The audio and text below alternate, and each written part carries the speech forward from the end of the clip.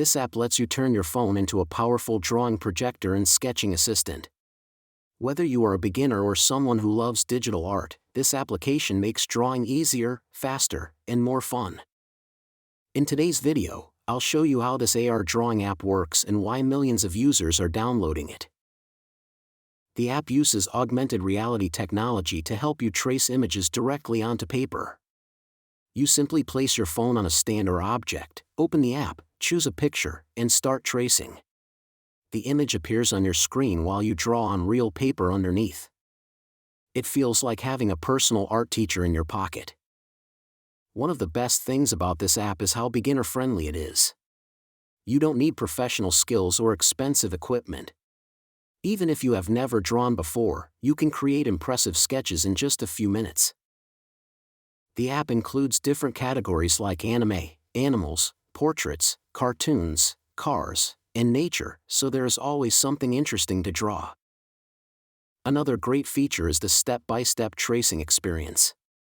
You can adjust the transparency of the image, zoom in for details, and lock the screen to keep the drawing stable while working. This helps improve accuracy and makes the process smoother for new artists.